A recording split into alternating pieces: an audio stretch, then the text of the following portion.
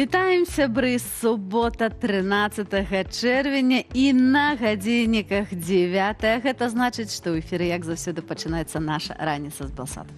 Найбліжэйшыя 100 хвілінаў у студыі з вами мы, Аліна Ковшык і я, Анатоль Шырвель. Мы падрыхтавалі спазнаўчы, карысны і насычаны эфір. Мы распавядзем вам, як з дзецьмі можна трапіць у вельмі класны, не банальны, недарагі беларускамоўны летнік на цёплым моры. І яшчэ ёсць месца, ёсць спойлер.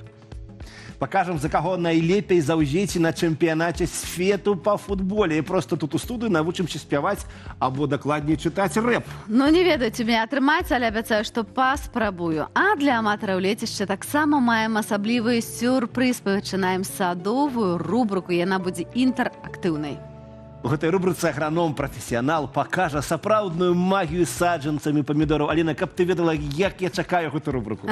А спачатку пытанне дня. Дарагія сябры, на злобу дня, бы сказала так. Ці ездзілі вы за мяжу на заробкі?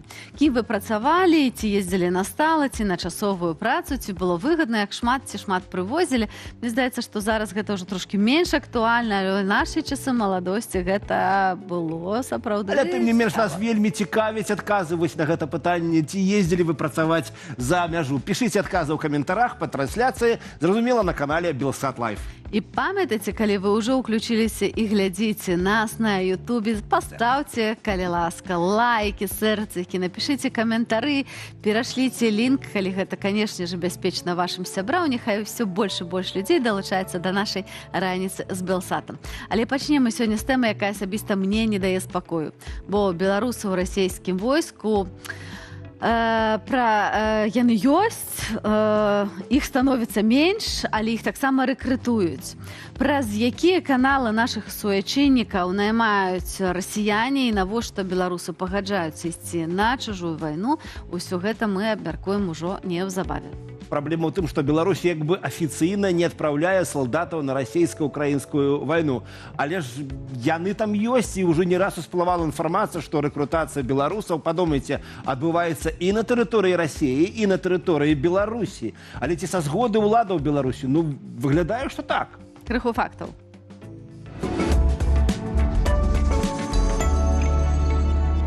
Маштаб удзелу грамадзянаў Беларусі ў вайне супраць Украіны на баку Крамля дасягнуў крытычных лічбаў. Станам на травень гэтага года украінскі каардынацыйны штаб верыфікаваў персанальныя дадзеныя 2871 беларуса, што падпісаў кантракт з Мінабароны Расіі. Прынамсі, 440 з іх ужо загінулі ці зніклі без вестак. Гэта больш за палову ад усіх стратаў Беларусі за 10 гадоў вайны ў Афганістане. Сярод ліквідаваных наймітаў аказаліся не толькі працоўныя мігранты ці вязні расійскіх калоніяў, але і прадстаўнікі інтэлігенцыі. Адным з самых гучных кейсаў стала смерць Івана Вуса, сына былога кандыдата ў прэзідэнты Беларусі на выбарах 2010 года Дмітрыя Вуса. Малады чалавек свядома далучыўся да расійскага войска і неўзабаве быў ліквідаваны збройнымі сіламі Украіны. Механізм уцягвання ў вайну працуе бесцырымонна. У беларускім сегменце інтэрнэту адкрыта дзейнічаюць каля дзясятка сайтаў, дзе прапануюць работу на СВО без лішніх дакументаў і ваеннага досведу. Гоняшыся за вялікімі грашыма, людзі не разумеюць, што іх чакае аднабаковы квіток. Пры гэтым афіцыйны Менск дэманструе цынічныя падвойныя стандарты. За ўдзел у абароне Украіны беларускім добраахвотнікам пагражаюць велізарныя турэмныя тэрміны. У той жа час супраць тых, хто ваюе за Расію, з 2014 года не заведзена ніводнай крымінальнай справы за наёмніцтва. Пакуль Александр Лукашенко закрывае вочы на знішчэнне ўласных грамадзянаў, сваякі шукаюць праўды самастойна. Толькі праз украінскі чат-бот «Хочу найти» ужо пададзена 520 заявак на пошук зніклых без вестак расійскіх жаўнераў з беларускім пашпартам. Захопніцкая вайна Крамля працягвае паглынаць жыцці, якія Менск аддаў Маскве задарма.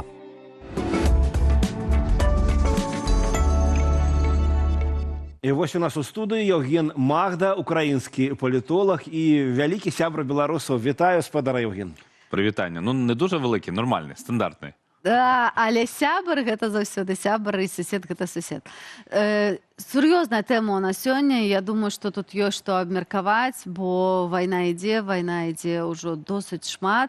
І, на жаль, беларусы сутыкаюцца на вайсковым полі. Тут зараз з двух бакоў. Ёсць полк Каліноўскага і хлопцы з іншых падраздзяленняў, які ваююць на баку праўды, і Украіны, і нашай супольнай волі, але ёсць тыя, якія ідуць за грашыма, за чымсьці іншым, таксама у расійскае войска.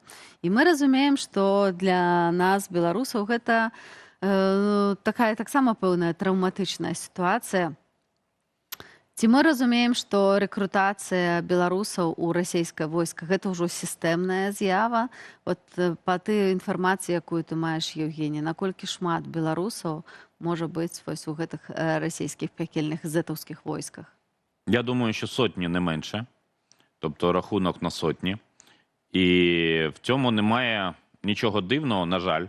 Тому що Росія побудувала таку систему, коли набирає до своєї армії солдатів за рахунок громадян інших країн. Тобто, наприклад, для мене от ця система, те, що достатньо багато білорусів опиняються в російській армії, це свідчення того, що Лукашенко при всіх його недоліках, він все-таки не віддасть наказ на те, щоб білоруська армія воювала. Але ж ми ж розуміємо, що коли громадянин Білорусі підписує контракт з російською армією, то він стає гарматним м'ясом. Ну, і Білсат, і багато білоруських медіа розповідали, буквально хроніка. Людина підписує контракт, за 2 місяці, можливо, похорон. І це, ну, працює, на жаль, дуже швидко, на жаль, тому що людське життя має бути цінним, навіть якщо людина припускається помилки. Чому так? Тому що Москва хоче вирішувати свої питання не за рахунок російських громадян. Розуміючи, що, наприклад, якщо будуть мобілізаційні заходи там в Москві, в Петербурзі, то це буде викликати незадоволення. І без того, ну, ми можемо почитати кожного дня зведення українського генерального штабу, тобто втрати санітарні, вбиті та поранені з російського боку, як правило, біля 1000 людей там. Біля 1000 військових, тут людей можна сперечатися. І коли серед них опиняються білоруси, ну, для мене в цьому немає нічого хорошого. Але це свідчення того, що люди, ну, вони просто самі не розуміють, на що вони йдуть. Але от, ведаючи, як у Білорусі все зарегулювано, ведаєш, там вяселле немагчыма правесці зараз без дазволу ўладаў, трэба там як на масавае мерапрыемства амаль што браць дазвол. Ну я трошки перабольшваю, але гэта праўда. А тут людзі ідуць у войска, у іншую краіну, і гэта рэкрутацыя адбываецца і на тэрыторыі нават Беларусі. Вось як вы лічыце, гэта пры ўдзеле беларускіх уладаў, ці проста гэта маўклівы саўдзел, ці проста ай, мы не бачым гэтага, тут вот як тут, ці увогуле яны прапаноўваюць нават, можа, кандыдатаў, ваенкамата, можа, нават працуюць з тымі расійскімі рэкруцерамі. Што адбываецца? Я думаю, що якщо в кабінетах Губопіка висять портрети Путіна і російські прапори, то якийсь фактор в цьому, ну, скажімо, сприяння є. Тобто мені відомі випадки, коли ще під час АТО переслідували людей, які воювали на боці Росії, на боці України. Таке, ну, там казали, що це найманці. Зараз, ну, ми знаємо і випадок з Василем Веремейчиком, тобто тих, хто воював на боці України, що з цими людьми відбувається.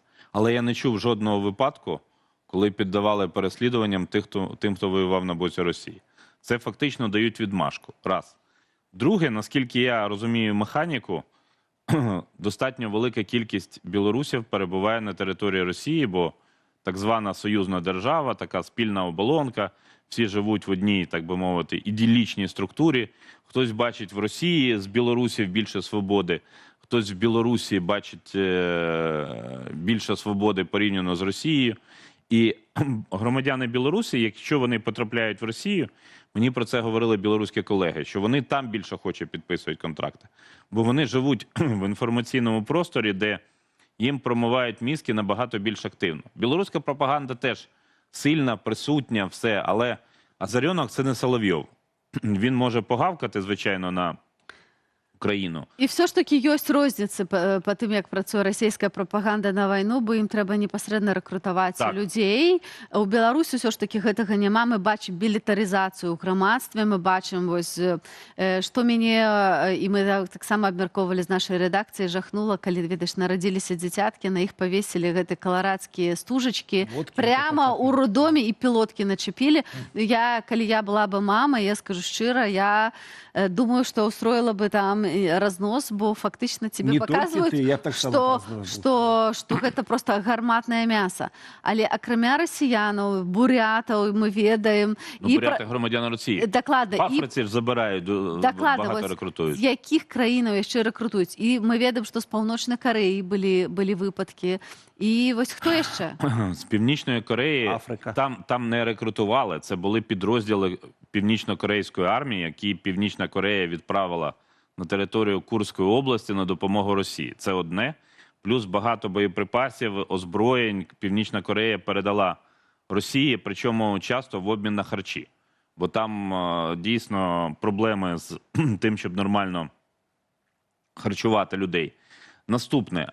Це країни і Центральна Азія, і Африка. Причому Росія навіть для мігрантів Центральної Азії, вона створила таку схему, що спочатку пресують людей.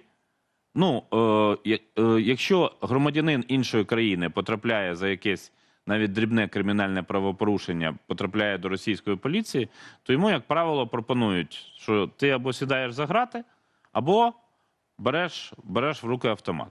Тобто логіка тут відпрацьована. Ну, вона свого часу була відпрацьована в 22-23 роках Пригожиним, потім був заколот Пригожиним, де Лукашенко так виступив посередником, що за 3 місяці Пригожин разом з Вагнером, Уткіним вибухнули разом з літаком. Тобто це про якість посередництва Лукашенка.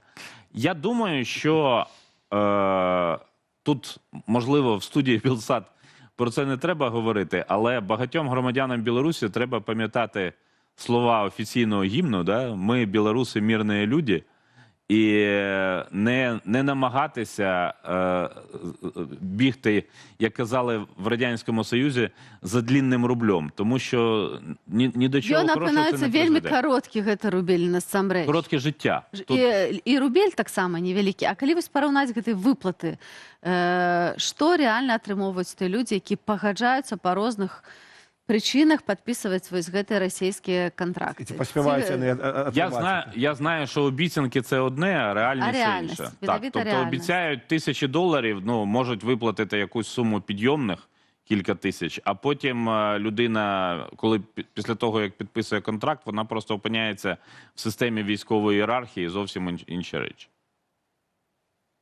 Я думаю, що, ну, якби Лукашенко так піклувався, так любив Білорусь, як він там кохану не віддають і таке інше, то він би знайшов можливість при тих частих зустрічах, які у нього з Путіним, він би міг сказати: Володимир Володимирович, а давайте ви не будете громадян Білорусі брати до російської армії.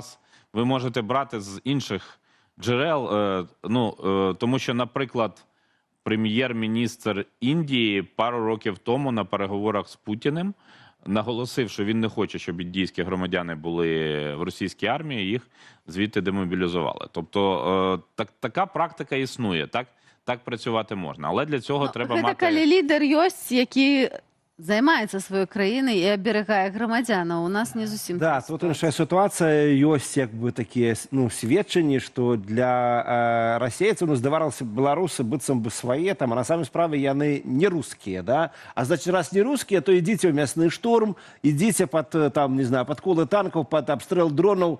Я чуў, што зусім не берагуць расійскія камандзіры беларускіх рэкрутаў. Ці правда, што якраз іх адпраўляюць у мясныя штурмы, бо... Ну, вони всіх не бережуть, а будь-які іноземці, незалежно від кольору шкіри, дійсно, ну, це в принципі логіка російської армії, що, ну, яку приписують ще маршалу Жукову, що баба її що наражає. Тобто, такі, ну, такий підхід же ж, якщо Путін обіцяє вже офіційно обстріли української інфраструктури, то про що це свідчить? Що успіхів на лінії фронту немає. Якщо ми подивимось, ну, вона там десь суває, я розумію, що вона не просто там сувається, не сувається, це з одного боку опір українських військових, з іншого боку прагнення росіян наступати. І це, ну, так би, лінія фронту – це тисячі життів, які втрачають щомісяця. І, звичайно, ну, там можна говорити багато і про кіл-зони, і про що ще, але я не думаю, що, наприклад, білоруси отримують пріоритет як представники IT-нації, що вони всі стають операторами дронів російській армії. Ми навіть і не сподівалися на гэта. У нас є, до речі, відео, яке ми б зараз хотіли поглядіти разом з тобою, з нашими глядачами, і вернемося до розмови. Коли ласка. Предложили, сказали, ты воевать не будешь, ты иностранец, стрелять ты не будешь. Будешь там содержаться, ну, будешь просто числиться как единица. То есть, ну, выполнять какую-то там хозяйственную работу. Ну, вообще там, про войну знали, что в Украине идет война? Что в Украине, да, ну, конечно, все же знают, весь мир знает. Ну и почему вы тогда пошли все-таки убивать других людей? Не каждый на такое пойдет. А вы почему решили украинцев убивать? Ну, как бы вопрос о том, что мне нужно будет брать в руки оружие, что я буду участвовать там в каких-то боевых действиях, ну, что-то там охранять, вообще, ну, типа, кто мне, ну, даст, бля, автомат, если я, ну, типа наркоман. Ось ми з вами розібралися, що на самой справі всього там вона, ніяких грошей это белорусским рекрутам не дають, і тим, которых обманули, і тих, которых позвали там, і доброхотно не пройшли. І я ведаю, що ось, ну, я недзе там з'являюцца гэтыя людзі, і потом яны адумаліся. І ведаю, што зараз цэлая кампанія разгарнулася такая «Stop Russian Recruit Recruitment» і праект «Хочу жыць». І ў чым іх галоўная ідэя, вось на каго яны разлічаны? Акурат на тых, хто адумаўся, ці тых папярэджваць, хто яшчэ сабраўся? Ці сапраўды гэтыя кампаніі дзейнічаюць? Ці яны трапляюць вось у тых людзей, якія реально маюць нейкія сумневы? Да, ці ёсць вынік? Коли в людини є сумнів в армії, значить їй треба шукати можливість для того, щоб дійсно врятувати своє життя. Це зрозуміло. Але я думаю, що ми маємо зі свого боку згадати і про тих білорусів, про Кліща і про Тромбля, які 4 роки тому потрапили в російський полон. І їх доля до цього, це теж, до речі, їх доля до цього часу невідома. Як, відповідно, питає Лукашенко про них, чи вони, що з цими громадянами Білорусі?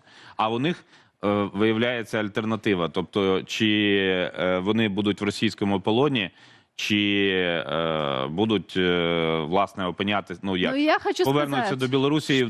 Російський полон і український полон – це так само різні речі, правда, Євгенія? Так, у нас російські полонені навіть від'їдаються на українських харчах, а на українських полонених, які повертаються з російського полону, просто, чесно кажучи, боляче дивитися. Я думаю, що наші глядачі бачили, як хлопці їдять ці яблука, які вони роками, яблука навіть не бачили, а роками в полоні. Про що ще можна говорити? Вельмі цяжкая сітуацыя, канешне, дзякуй, што ты ўзгадаў беларускіх паланёных, вось як і Тромблю і іншых. Мы нічога не ведаем пра іх, я ведаю, што для іх сем'яў гэта таксама вельмі цяжкая сітуацыя. Вось нядаўна Святлана Ціханаўская была ў Кіеве, і таксама ў яе была сустрэча з палоннымі. Вось, што ты можаш сказаць? Ці гэта мела нейкі сапраўды эфект, на твою думку, такі медыйны, тое, што вось гэтую тэму пачалі ўздымаць яшчэ больш шырока? Я думаю, що про цю тему треба говорити, тому що чим більше і наша сьогоднішня розмова, і зустріч Світлани Тихановської, і зустріч будь-яких представників білоруських демократичних сил, які так чи інакше доносять інформацію не напряму, ну ясно, що напряму до Білорусі це донести важко, але через родичів, через друзів, коли ми скажемо про те, що це не можна робити, так, ми в Україні пам'ятаємо, що вже, на жаль, більше 90 білорусів за 4 роки загинули за Україну. Але вони воювали за своїм власним вибором. Вони самі, вони як доброохотники, добровольці прийшли до українського війська. І дійсно загинули люди, які ну просто надзвичайно потужні, які могли б стати в перспективі основою білоруської армії. Тому те, що Світлана Тихановська зустрілася з полоненим, це, до речі, такий факт. А Лукашенко питав про Він же там у нас любить пінитись з Мінська, розповідати, що він там приїде. А він піднімав питання білоруських полонених в Україні? У нас зараз частка, великая частка краіны таксама ў палоне, таму мы разумеем, што для Лукашэнкі гэта не прыярытэт, а прыярытэт хутчэй захавання ўлады, тым больш, дарагія сябры. Мы хочам сказаць і вельмі спадзяемся, што сярод вашых сяброў, знаёмых няма людзей, якія паласяцца на гэтыя кантракты, бо хутчэй за ўсё гэта... Смяротны прыгавор, Гэта сам сабе. смяротны прыгавор, а вельмі часта гэта таксама людзі, якія толькі што выйшлі са зняволення, якія не бачаць нейкай іншай перспектывы. Але гэта дакладна не тая перспектыва, якую трэба абіраць у жыцці. Еўген Магда, дзякуй табе вялікі, што завітаў у студыю. Вось мы размаўлялі сёння, што рэдка бачымся ўжывую, трэба гэта паправіць, а ўжо зараз на нас чакае жывы цалкам Ярослаў Пісаренка. Прывітанне, Ярослаў, які капаў для нас сацыяльныя сеткі. Што там у нас абмяркоўваецца? Раскажы. Больш распаволеныя зараз у нас тут навіны паляцяць. Стартаваў чэмпіянат свету по футболе. Ну, я спадзявалася, што мы з тобой гэта абмяркуем. Конечно. Ну, давайте пачнем з такой, ведаце, з базы. Такі вось посцік быў у Threads, які напісаў сумны Коленька. Зараз мы яго побачым, што там На мой любимый Threads зараз, дарэчы. Да, ну, ведаеце, ну, база, да, база. Але я чытаў Threads на гэтую тэму, і я заўважыў адну вельмі такую прышпільную цікавостку. Вось давайте мы наступны Threads паглядзім, пачытаем яго. Ну? Вось такі Threads, то бок там мужчына піша, ён абражаецца, што ён не можа паглядзець чэмпіянат свету, у яго ёсць там падпіска на залу, але няма телека. І ён такі піша, як так, ну, то бок фізічна телек ёсць, але няма вось гэтага кабеля, гэтай антэны. Я зайшоў у каментары, я пачытаў яшчэ на Threads, і я што зразумеў, што падсвеціў чэмпіянат свету, няма ў беларусаў телекаў. Слышите, што тэлебачання, сігналу няма, кабеля. Яны не разумеюць, тому што як фізічна... Гэта прагрэсіўна, я хочу сказаць. А як яны не глядзяць, як яны выжываюць, там не глядзяць... Я думаю, што яны глядзяць «Спадарожнік» і «Белсад». Вот што. Можа быць, да. Як вы там бедныя без футбола, я не ўяўляю сабе. І абавязкова пішыце ў каментарах, як вы глядзіце чэмпіянат свету. Ну, таксама гэта цікава даведацца. Дарэчы, можа, хто-нибудь паехаў працаваць на чэмпіянат свету, таксама напішыце пра гэта. Але давайте да сапраўды істотных і важных навін. Вось тэлеграм-канал «Навіны Случаны» выкаціў такі вось бэнгер. Зараз мы побачым. Я вось, бачыце, да, што напісана? Я вось думаю аб тым, наколькі нічога не адбываецца на Случане, што гэта... Навіна дня. Навіна дня, клічнік вось гэты стаіць. То бок не той, што там абваліўся тратуар, а той, што яго абнеслі. Дакладна. А ведаеш, а пад Слуцкам таксама дабываюць, мусіць, соль солігорскую. Все па-людску, все нормально. І я так думаю, гэта сапраўды чытаць гэты тэлеграм-канал, гэта як магній такі. Тыпу, абнеслі, займайся. Все спакойна, все спакойна. Але давайте далей. Бурляць соцсеткі ў Слуцку. Бурляць. Давайте яшчэ, вы зараз відосик побачым. Так. Вельмі цікава. Так, што гэта у нас такое? Это беларускі электраровар? Гэта, можа быць, апошнія распрацоўкі Айса. Тесла Мото. Просто паслухайце, які гук.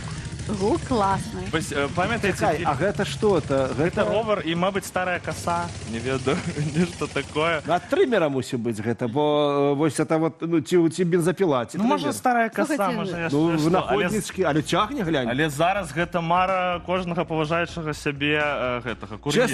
Чесно скажу, як я быў маленькі, ну, гадоў 12, я мару пра нешта такое, каб рухавік на ровар. Былі ж такія мапеды ці мотаровары, вось гэта штосьці, я думаю, падобнае. Было. Але крэатыў бесцэнны просто. Малайцы, вот я прямо сэрца туды адпраўляю. Давайте зараз яшчэ адзін відосик паглядзім, але я зараз так падумаў, я хачу, каб вы пабачылі гэты відос так сама, як я. Без кантэкста, няма ні подпісаў, няма нічога. Просто відос, які існуе вось у Інстаграме. Вось давайте мы паглядзім яго. Алло, дорогие мои белорусы, я хочу только одного, каб быў мир, каб быў спакой, каб не было смертнага пакарання. Я нікога не заклікаю. Все. Ну слухай, а вот ведаеш, позиция вартая поваги, нават з кустою высовывая Гучить з громадянскую рэхам. платформу. Да. Ведаеце, Такая жонка магістра йода, я чомусь не подумал. такі контент у інтэрнэце называюць нішавым, але ён сабраў больш за 10 000 лайкаў і шмат цікавых А ты звярнуў каментароў. увагу, что там с прической рыхтавалася? И вот что И самый клевый комментар. Здравствуйте, здравствуйте, дорогие белорусы. Счастливых вам голодных игр. И пусть удача будет на вашей стороне. Да, раньше вот подобно на той голос, который гучал. Я не Голодных белорус, гульня. но я дослушал. Всякий выпадок, Не, разумею. мы ни в якім разе мы не насміхаемся над Ні в жанчынай, якім бо яна разе. старалася, я Тут думаю. нават комментар был такой. Я забороняю ображать эту женщину. И Все, мы не подписываемся под будем. Мы не Ніяких ображаем, образів правда, у мы не- наших нет, нет. ефірах Мы просто нема. мило посмеялись. Я подумал, запросто могла бы быть вот тут сегодня и сказать, дорогие белорусы, Конечно. мы за мир. Так, Запрашаем на раніцу з Белсатом. Вот. И- Досылайте еще видосы. І давайте напрыканцы, гэта ультрамілы відос. Гэта той відос, ведаеце, чаму я люблю беларускую мову. Чему ты любишь белорусскую? Чаму я люблю? Вось, Это про тебе. Ну не про мяне, але просто ён мне вельмі падабаецца. Вось та Давайте. беларуская мова, І ти би так зробив, мог би такое Ну, зробити. Глядзім. Глядзі. Давайте. Больше всего итальянские машины подобаются. Вы, Фятишек, стоите у маленечки такие, что вы тут притуливши у закутку. Быццам не на заводе зроблено, здесь на кустике, там вырастут у Италии под сонником. В Италии Джузеппе вон на градку чисто залез. Фятик сорвал да поехал. Ну, ночбит. Мне просто так падабаецца, гэта так натуральна гучыць ад гэтага чалавека. Это так клёва, смешна, карацей. А да рэчы, мне здаецца, што гэты тренд набірае абароты, бо я бачыла ўжо некалькі блогераў, якія вось сапраўды гуляюцца з беларускай мовай і робяць яе такой вельмі сакавітай і смакавітай. Трэба нам ісці в блогеры. Я думаю, что мы так Ніхто само... не замінае. Што кажуць? Пишите комментарии, ставьте лайки. Вот что кажуць блогеры. Абавязкова. І памятайце пытанне нашае сённяшняга дня. Ці вы працавалі недзе за мяжой, падпрацоўвалі часова, што рабілі? Збірае Ярослаў ваши каментары ў наступным выхадзе. Все раскажем вам. Где І працавалі, пишите на якой глебе, может быть, зараз працуеце на чемпионате свету по футболе, а может вы блогером подпрацоўваеце где-нибудь у Польши. Карацей, вось, а у меня еще такое питание. Кислое чи щелочное? Вось, як думаете, про что я пытаю, Алина? Анатоль, що з тобою такое? Кислое чи щелочное? Вот. Это про Глебу на самом справе, потому про что Глебу, любой аматор чёрт летища, побери. вот одразу бачно. Я- Тушечек любишь, а летища еще нет. Я ще не доросла. Да, любой аматор летища ведае, што правільная кіслотнасць глебы гэта, мае даражэнькі, база. Без гэтага не будзе ні памідорак, ні ружаў, ні радасці ад агарода, ні нават не будзе кветачак хорошых на аўцы. А вось чаму так, як спраўдзіць і памяняць кіслотнасць гэтай глебы, глядзіце ў нашай новай рубрыцы Вольгі Вераменкі. Калі ласка, глядзіце, записывайце і потым адразу ў агарод. Спецыяльна для вас. Прывітанне, шаноўнае гаспадарства, з вами Воля Верамеенка, аграном, шматгадовая выкладчыца агранамічных дысцыплін, аматарка саду і агароду. Я шмат ведаю пра розныя расліны і буду распавядаць вам у нашай рубрыцы. Паглядзіце, калі ласка, вось на гэтыя расліны. Гэта таматы. У мяне для вас ёсць загадка. Вось што паміж імі агульнага і што паміж імі рознага. Значыцца, гэтыя памідоры былі пасеяны ў адзін дзень в сакавіку месяцу з аднаго пакеціку семян, а раслі вось тут. На адным падваконні атрымоўвалі сонейкай ваду ў аднолькавай колькасці. Але потым, праз месяц, на пачатку красавіка, я взяла адзін памідорчык і перасадзіла яго вось сюды. І паглядзіце, што ў нас атрымалася вось за гэтыя 3,5 месяца. Гэтыя памідоркі засталіся такімі малюткімі, а гэты вырас у сапраўднага волата. Дык у чым тут загадка? Што рознага, якая розніца, сябры? Дык вось, розніца ў кіслотнасці глебы. Паглядзіце, калі ласка, вось тут глеба кіслая, а тут яна нейтральная, якая цалкам пасуе для памідор, а таксама для большасці нашых садовых і агародных раслін. Паглядзіце, калі ласка, вось якія малюткія карані у памідоркі, якая расла ў неспрыяльных умовах. А тут вы можете пабачыць, калі яна вырасла, то хапае. Што азначае, калі кіслотнасць не адпавядае патрабаванню раслін? Ну, напрыклад, вы сели за стол, вам звязалі рукі, наклалі шмат рознай ежы, і вы сидзіце, глядзіце на яе, а спажываць не можете. Тое самае ў раслін. У іх звязаныя карані, і яны не могуць спажываць карысныя рэчывы з глебы. Таму яны застаюцца вось такімі малюткамі на працягу доўгага часу. Калі памяняць умовы, раскісліць глебу или перасадзіць у іншы гаршок, у іншую глебу, яны будуць вот такімі магутнымі і прыгожымі. Шановныя сябры, калі вы прыходзіце на агарод і бачыце пустазелле, то не трэба абавязкова бегці яго вырываць. Некаторае пустазелле можа быць вельмі карысным, яно з'яўляецца індыкатарам кіслотнасці глебы. Так вось, калі на вашым участке растуць вось такія ёлачкі, то гэта не ёлачкі, гэта хвощ. Калі расце сумачнік, все ведаюць яго, калі расце падарожнік і шмат вось такога шчаўя дзікага, то ваша глеба кіслая. А калі буяе лебеда, трошачку вось уже падвяла, калі буяе крапіва, то я вас віншую. Ваша глеба нейтральная і дуже тлустая. Напэўна, шмат у каго з вас ёсць вось такі прыбор. Ён недарагі, шмат дзе прадаецца, я таксама яго набыла. Вытворчасць кітайская. І тут было заяўлена, што ім можна вымеряць вільгасць і кіслотнасць глебы. Вільгасць глебы я ўжо спрабавала, ён выдатна паказвае. З гэтага боку ўключаеш. Ён паказвае. А вось з кіслотнасцю ёсць праблемы. Глядзіце, мы ўключілі і глядзім, чакаем нейкі час, хвілінку прыкладна. Пачакалі і зараз глядзім. 7, pH 7, то бок глеба нейтральная. Але сапраўды гэта не так, сябры. Гэты прыбор не надта надзейны, таму што вось гэты шчуп, ён можа акісляцца, і каб ён працаваў правільна, там рэкамендуецца яго выціраць, потым начышчаць гэтай губачкай або металёвай, потым зноў мераць, але то бок рабіць танцы з бубнамі. Але мы гэтага рабіць не будзем, мы будзем выкарыстоўваць стары дзедаўскі спосаб. Возьмем глебу з гэтага гаршка і вось з гэтай скрыначкі. І проста зальем воцтам. І калі глеба шипіць трошачку, значыцца, она нейтральная і цалкам пасуе для вырошчвання амаль што ўсіх агародніх раслін. А калі глеба маўчыць, тады она кіслая, трэба яе расшчалачваць. Што з гэтым рабіць? На вашым агародзе могуць быць расліны, якія патрабуюць і кіслай шчалачной рэакцыі почвы. Нам трэба уладзіць і адным, і другім раслінкам. То вось памідоркі, ружы, яны любяць нейтральную, таму трэба раскісліць почву. Паліваем іх залой. Ну, такая горстка добрая залы, на вядро вады, развесці і паліваць раз на 10 дзён.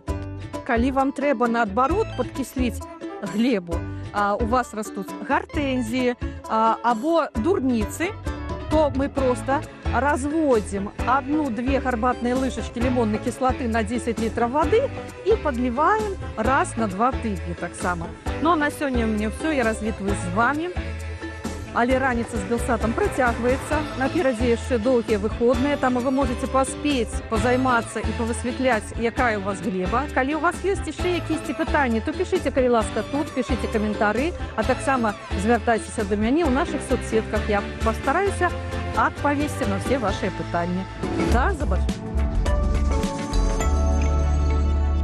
Хочацца вельмі падзякаваць у Вользе, таму што вот я, напрыклад, нарадзіўся ў вёсцы і шмат што ведаю пра вырошчванне смакот на градах, але вось як даведацца, кіслая ці не кіслая у мамы моей глеба на градах, даведаюся толькі сёння вось ад Волі. А я папрошу Волю нам яшчэ расказаць, як трэба трускалкі добра вырошчваць, каб яны былі такія прыгожыя, як у нас і сёння ў студыі. Да, я думаю, што ў Волі будзе хорошая магчымасць, таму што мы тут трошачкі зараз паспойлерым. Рубрика з Вольгай будзе гэтым летам у раніцы кожную суботу. І выдам таямніцу. Праз тыдзень Вольга пакажа, як змагацца з тлёй на ружах, па рэчках, можа і на трускалках. Ох, май гад. Да, і там будзе сапраўдны садовы дэтэктыў. Так што чакайце гэтую рубрику, як я яе буду чакаць. Я думаю, што тут аматараў шмат садоў, агародаў, лецішчаў, але, дарагія сябры, ёсць у нас сёння і цудоўная магчымасць адпачыць на цёплым моры разам са сваімі каханымі любімымі дзеткамі і пры гэтым апынуцца ў вельмі вялікай глобальнай сусветнай Беларусі. Летнік злёткі традыцыйна ў ліпені збірае беларусаў маленькіх і старэйшых з усяго свету, у тым ліку і таксама, канешне ж, з Беларусі. Гэта незвычайны летнік, беларуская мова гучыць там з раніцы да вечара, і там можна зарабіць уласную валюту і нават паспаборнічаць у чэмпіянаце. Сёлета летнік пашыраецца, і пакуль яшчэ ёсць вольныя месцы. А з намі на сувязі проста сонечная Грузія Аксана Акуневіч, заснавальніца летніку злёткі, дырэктарка беларускамоўнай школы ў Батумі. Вітаем, дарагая Аксана! Як там у вас сёння надвор'е? Бо у нас ліе і так пахмурно, думаю, что у вас нашмат усё лепей. У нас сегодня плюс 27, мора уже 22, тому хутчэй купляйте квитки, долучайтеся, альбо ў ліпені. Мне ёсць пытаннячка пра слова «злёткі». Хто такія злёткі, чаму менавіта так назвалі гэты лагер, летнічак? Гэта, насамрэч, гульня словаў. З аднаго боку, злёткі — одна з назваў падлеткаў птушак, которые толькі вучацца летаць. І з іншага боку, гэта такая прыгожая метафора, што ў одно месца злятаюцца беларускія падлеткі, дзеці з розных месцаў свету. Такая як зорка атрымліваецца, дзе можна правесці час і можна нават стаць беларусам. Клас. А беларусам трэба станавіцца, як вы кажаце, так? Таму што ядро думкі, ідэі вашага летніка — гэта сапраўды яднанне беларусаў, якія шмат гадоў жывуць зараз у розных краінах і, быць можа, не маюць такога шмат дачыненняў сапраўды з нашай культурай, нашай мовай, гісторыяй, альбо проста сапраўдным беларускім жыццём. Ведаеце, я шмат вандрую па розных краінах, і атрымліваецца, што беларусы, куды б не прыехалі, хутка стараюцца, як цукар у гарбаце, растварыцца і стаць сваімі, небачнымі. А мне хацелася, каб мы былі як алей у вадзе, заставаліся самімі, нават калі нас зусім дробненькімі зрабіць кропелькамі, ўсё равно заставаліся б алеем. І вось калі мы ўжо пераехалі па розных краінах, я заўважыла, што вельмі моцна губляецца сувязь паміж нават блізкімі дзецьмі, которые разам раслі на Беларусі, тымі, хто застаўся ў Беларусі, тымі, хто жыве ў Польшы, у Грузіі, у Літве. І вось у мяне з'явілася ідэя, што вельмі важна падтрымліваць гэтую сувязь паміж дзецьмі, падлеткамі, таму што тое, што для нас абсалютна, падаецца, было пазаўчора, 5 год, для дзяцей гэта цэлае жыццё, нават 2 гады. І для падлеткаў. І я вырашыла, што важна зрабіць такую магчымасць сустракацца, адчуваць сувязі, адчуваць гонар ад таго, што ты беларус, беларускамоўны, і нейкі прывілей ад таго, ад свайго паходжання. Таму я лічу, што да, у нашым свеце трэба становіцца беларусам, бо нават многія беларускамоўныя сем'і у Польшы, мовы падобныя, пачынаюць пераходзіць на польскую. Для мяне было важна захаваць мову для сваіх дзяцей і пашырыць яе ўжыванне для іншых. А што значыць сямейны фармат? Гэта, летнік для дарослых таксама? З бабуляй, з дзядулей, з мамай, татай можна прыехаць да вас у летнік? Ці што маецца на ўвазе? Ці атмасфера летніка? Ёсць такое паняцце сямейныя летнікі, калі сем'і прыязджаюць, бацькі з дзецьмі, і бацькі самі нясуць адказнасць за гэтых дзяцей.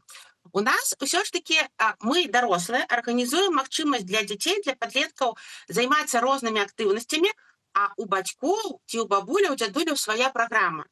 Яны знаходзяцца ў агульнай прасторы з дзецьмі, але адпачываюць па сваёй праграме. Яны ходзяць на мора, яны па раскладзе ядуць, але ўсё роўна не нясуць адказнасць такую штохвілінную за сваіх дзяцей.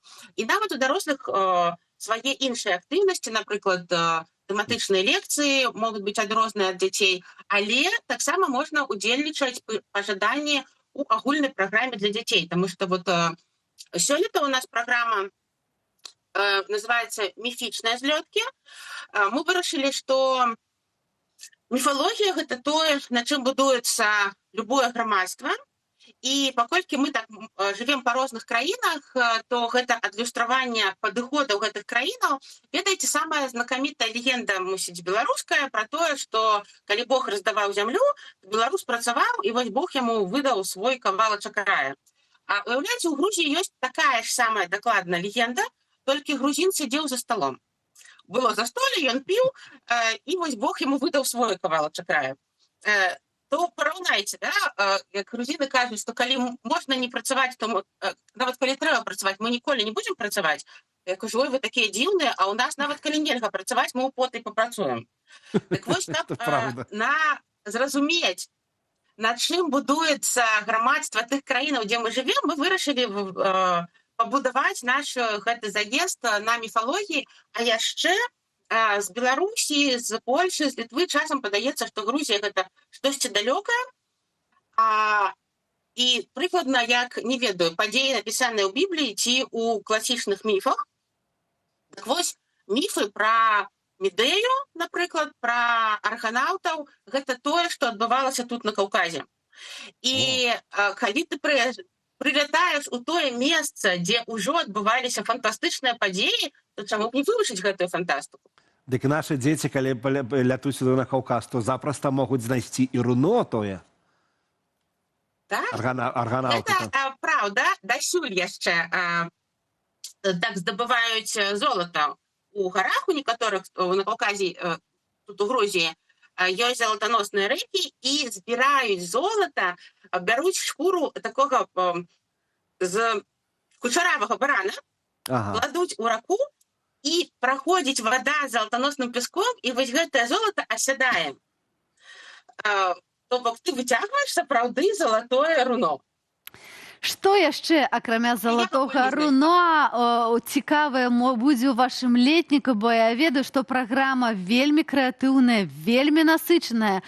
Не толькі чэмпіянаты, уласныя валюты, і, што цікавага, можна будзе даведацца тых, хто шчасліўчыкі, якія да вас прыедуць. Да, у нас есть своя валюта. Што гэта такое? За кожную важную падзею, ты зрабіў штосьці добрае, выйграў у спаборніцтве, атрымліваеш манету, называецца злётка. І у нас есть прайз, за который можна купіць штосьці для сябе класнае. Якія прапановы, напрыклад, схадзіць з вашатым паглядзець на зоркі. Начоўка на беразе мора ў намёце. Дадатковыя 5 хвілін в гаджеце ці 15 хвілін на море. Это популярна, напэўна.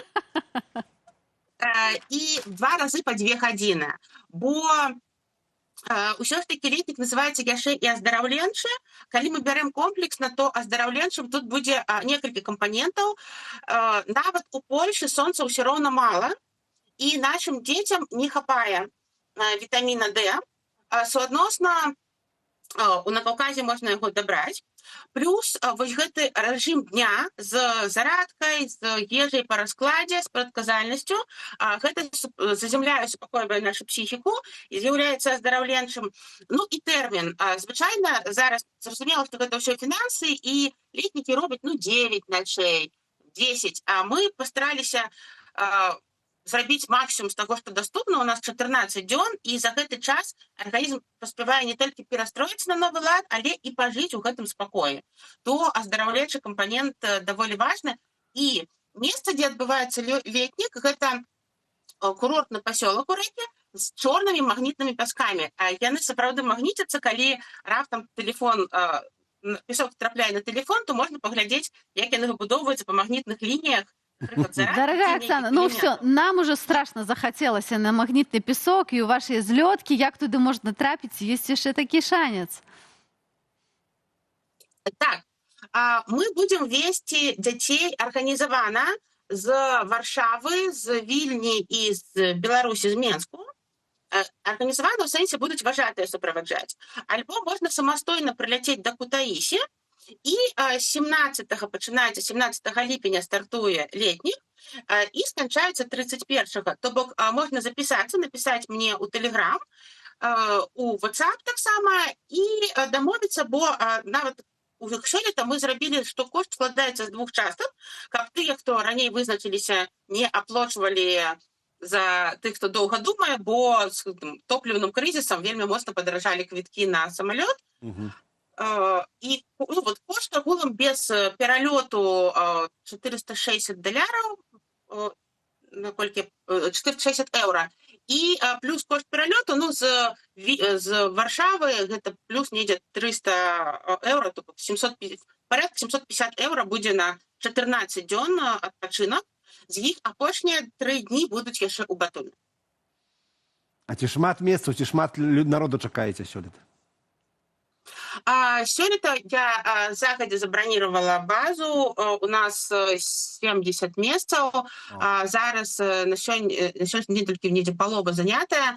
Так, на жаль, я загадзя дамовілася, удакладніла ў студзені, калі будзе фестываль тутака, каб мы не перасякаліся, абвясціла рэкламу, і на наступны дзень Павел сказаў, што ой, а мы ў гэтай даты пачынаем. Таму... Так бывае.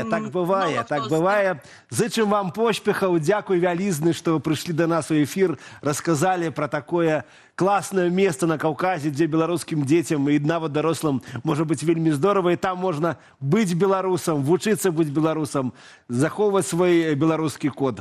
Дзякуй вялізны, прыходзьце яшчэ са сваімі навінамі. Сябры, а вы лавіце магчымасць трапіць вось у гэту Беларусь на беразе Чорнага мора і пазнаёміцца з беларусамі з усяго свету, з гэтымі злёткамі. А Ярослав ўжо прынёс першую порцыю вашых каментараў і гісторыяў. Мы ідзем да цябе, Ярославе. Ты расказваеш, што там пішуць людзі? Ездзяць, зарабляюць і адпачываюць. На пачатку просто хацеў сказаць, вось вы пра леціш размаўлялі, і мне столькі васпамінаў разблакавалася, але, на жаль, мой летнік, дзе я заўсёды адпачываў, Віцязь у Віцебскай вобласці, ён знішчаны, бо там аднойчы была нейкая бура, і ніхто не ўзяўся яго рамантаваць. Вот так бывае. Вельмі сумна. Даражыце месцамі дзяцінства. Так, давайте каментары вам пачытаю. Давай. Беларусы настолькі працавітыя, што на пачатку працуюць з дома, а потым едуць на заробкі з-за мяжу. Две смены. Едуць папрацаваць на адпачынку. Так, і тут... Мы таксама працавіты, працуем выходныя. А мы любім, потому што працаваць. Так. Вось такі досвед. Ездзіў, працаваў. У асноўным гэта фізічная праца, неяк так. Даводзіцца ездзіць большасці працаваць за межам, таму што на беларускі заробак з морапрадуктаў можна купіць толькі соль. А я, дарэчы, даведаўся, чаму я ўвесь час кажу, калі мне тэлефануе там брат ці які-небудзь сябры. Як справа? Кажу, нармальна працуем. Вот я цяпер ведаю, што я сапраўдны беларус. Гастарбайтер. Далей, кошты ў беларускіх крамах адчайна спрабуюць угнацца за ростам беларускіх заробкаў. Таму і едзе большасць на заробкі за мяжу. Такая. Далей, зараз моя любімая. Гэта жарцік, відавочна, бо тут быў блок, калі вось гародніну абмяркоўвалі і так далей. Такі каментар. Каб знізіць кіслотнасць глебы, яе трэба пасыпаць цукрам. Ці спрацуе, як думаеш? Слухай, а вот мы можам запытацца ў нашай вядоўцы гэтай рубрыкі. Ёсць ж такая нейкая паліваючая, которая кветкі растворам цукру. Можа, гэта і праўда што-нибудь дае? Ну так інтуітыўна. Жарты жартамі, но мы спраўдзім вот это вот пра цукр. Слухайце, мы далей чакаем вашу гісторыю пра тое, хто дзе працаваў. Я спадзяюся, што і Ярослав, і Анатоль падзеляцца таксама сваімі гісторыямі летніх падпрацовак. І я таксама. Маем на гэта час. Вельмі чакаем на ваши лайки, каментары, калі не паспелі гэта зрабіць, то зрабіце, але са зразуменнем таго, каб не нашкодзіць сабе сваім блізкім, а мы, што, і крочым далей, правда? Лайки, сэрцалькі, гэта ўсё стаўце, званочки там, вось. А вот што ў свеце зараз адбываецца, ці ведаеце вы? Я ведаю, што чэмпіянат свету па футболе. Да, я ведаю, што нават цмокі ладзяць парад, і антылопы і бізоны таксама гуляючы футбол, а вясковыя гадаванцы цягнуць гаспадароў высокую горы. Дзе гэта ўсё адбываецца? То, що відбувається насамрэч, глядзіце сюжэт, а пасля яго будзе летняя мода ад нашай стылісткі Ганны. Кароче, не пераключайцеся.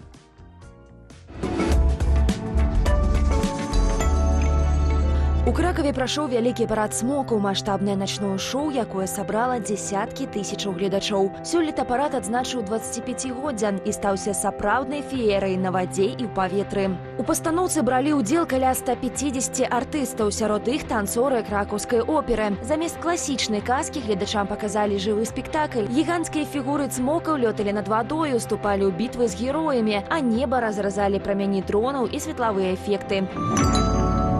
У чыкагскім зоапарку Брукфілд рыхтуецца да чэмпіянату свету па футболе. Тут у гэты від спорта гуляюць нават жывёліны. Чырвоныя рачныя свінні, бізоны, антылопа і зебра, а пантана ганяюць мяч па вальеры. А каб жывёліны не захрасалі ў браме, работнікі зоапарку не скупіліся на корм, які паклалі ў спартовы інвентар.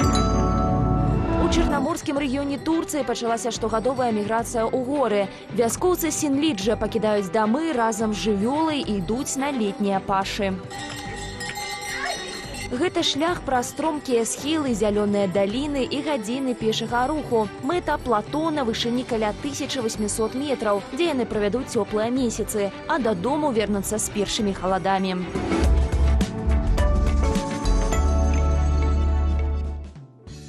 Выдатны час, каб аднавіць гардэроб на лета, і прыйшла да нас Ганна Прышывалка са сваімі ідэямі. Я з задавальненнем паслухаю, бо мне таксама бы прыдалося. Што самае моднае гэтым летам, Ганна?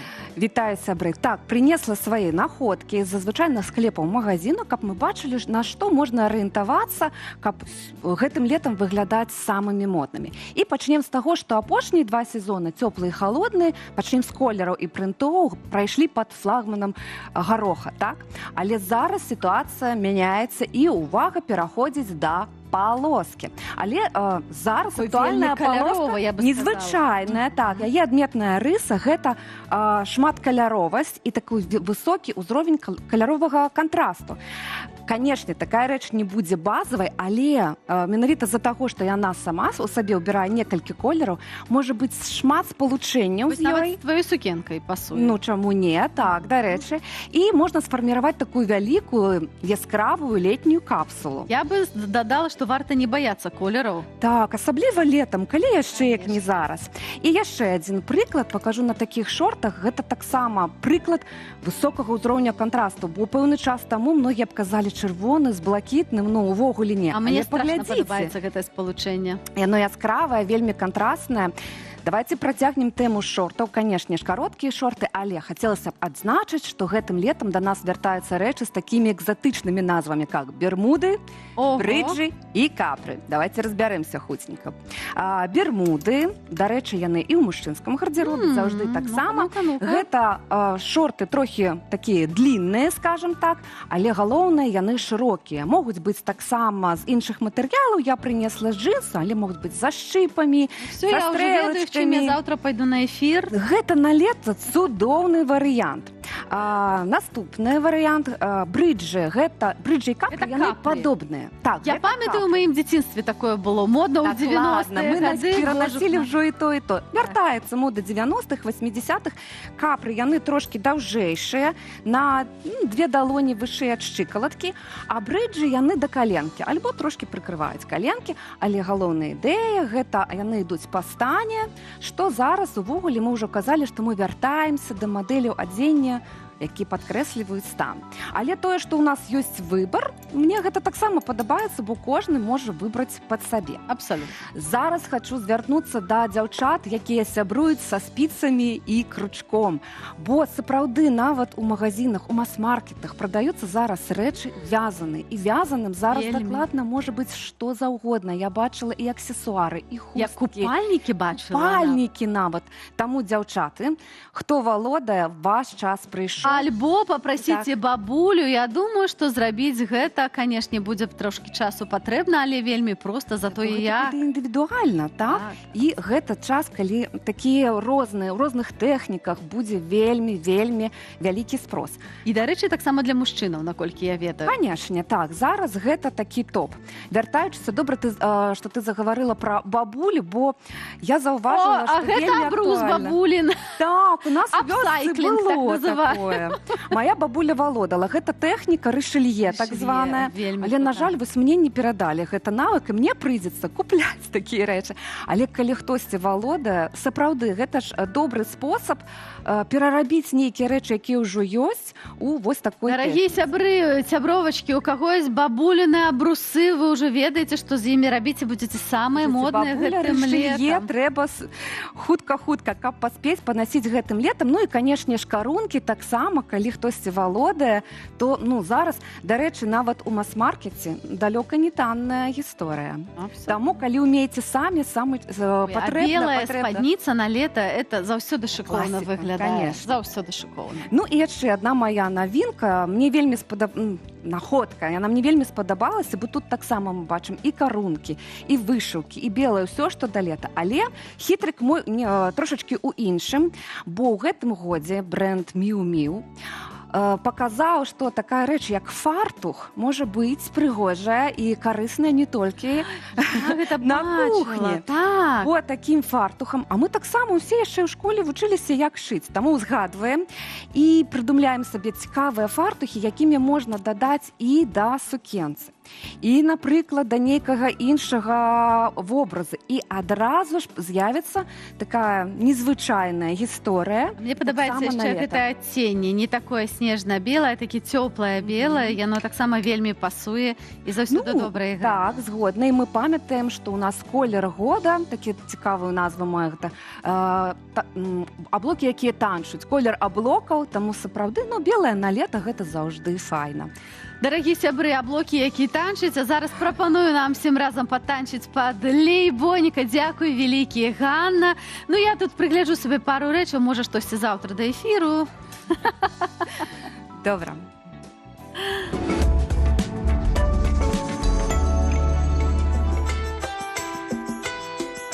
Скибы-дабы-дум-да.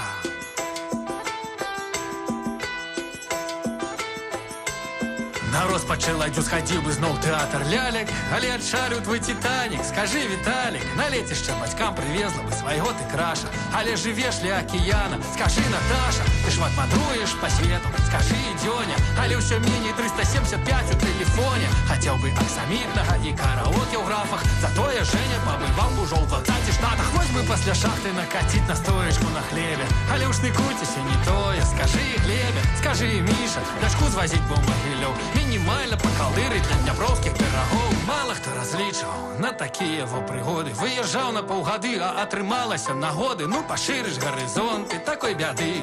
Выязджаў на пару год, а ад'ехаў назаўжды. Ну, падвучыш мовы, аб'ехаўшы Пангею. Вы гляньце, пане каханку Андрею, як мякка і не да беларускага нёба. Препрашам, лапфакар, а салям матлоба. Вось твой саундтрек на еўрапейскіх магістралях. Led Zeppelin, Immigrant Song. Скажи, Віталя, столькі ж бараў, так жа соладка ад дыму. Але ж старая Прага не падол. Скажи, Дзіма, хацела б сцежкай да Дзесны прайсці ляском ад поля. А як табе бурштын балтыйскі, скажи, Воля. Хацела бы на канцэртах меску расцвітаць акружак. А як табе пан-еўрапейскі тур, скажи, Ксюша, Катя, ці прыгожая у Лондоне ляпніна? У Беларусям Library, у Фрэнсіс Карына. Цікава разглядаць па суботах і нядзелях вроцлаўскіх громаў. А Эміля, а Анеля з кожным заездам у Кракаў да Валеры. Я ўсё больш забываюся узор мапідаўскай шпалеры. Хоць айран, не кефір, гранола, не каша, усё лепш, чым без суда сядзець. Скажи, Паша. І вось я тут, як вялікая панда, спяваю мінорную песню эмігранта. А мог бы спяваць там, дзе лямпачка не гасне, бадзёры марш беларускага вязня. І вось я тут, як вялікая панда, спяваю мінорную песню эмігранта. А мог бы спяваць там, дзе лямпачка не гасне, бадзёры марш беларускага вязня. І вось я тут, як вялікая панда, спяваю мінорную песню эмігранта. А мог бы спяваць там, дзе лямпачка не гасне, бадзёры марш.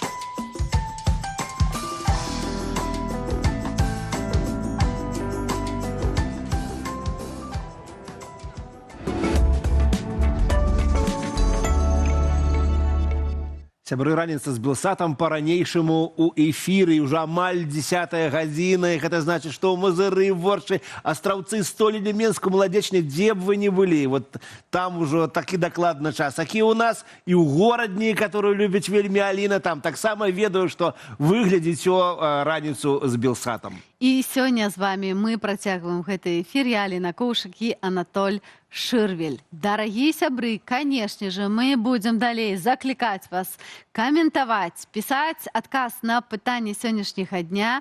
Ці вы падпрацоўвалі дзесьці ўлетку, ездзілі за мяжу, збіралі вось трускаўкі, ці яшчэ штосьці там рабілі, не ведаю, што можна рабіць, але дзеліцеся гэтымі сваімі досведамі, які збіралі праз усё жыццё. Пішыце цікавыя гісторыі, як вы ездзілі там, не ведаю куды, в Ганалулу лавіць міды, напрыклад, ці там у Нарвегію вырошчваць бульбы. Ну, короче, беларус жа заўсёды нешта сабе знойдзе, але тым часам свет жыве не працай, а адпачынкам. Ну, як сказаць адпачынкам? Ну, футбол это ж не то, чтобы адпачынак.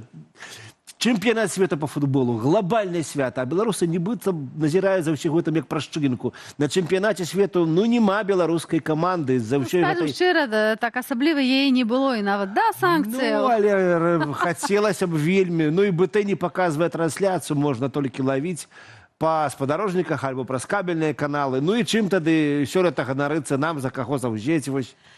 Караце, ёсць што абмеркаваць. У нас у студыі ўжо Зміцер Міцкевіч. Нашы гледачы, пэўна, ведаюць Змітра як нашага палітычнага аналітыка, публіцыста, але у нас шмат працуе таленавітых людзей, якія маюць і іншыя захапленні, альбо нават прафесіі. Вось сёння мы з вами падзелімся на тым, што Зміцер яшчэ і футбольны трэнер-аналітык. Вау. Нават не ведала, што ёсць трэнеры-аналітыкі, але я, мабыць, не вельмі дасведчаная ў футболе. Зміцер, прывітанне. Ці ты пачаў ужо глядзець чэмпіянат свету? І за каго заўзееш? Добрай раніцы. Чэмпіянат глядзець пачаў. У мяне ёсць там асабістыя такія сімпатыі. Зборная Уругваю, напрыклад, традыцыйна мне падабаецца.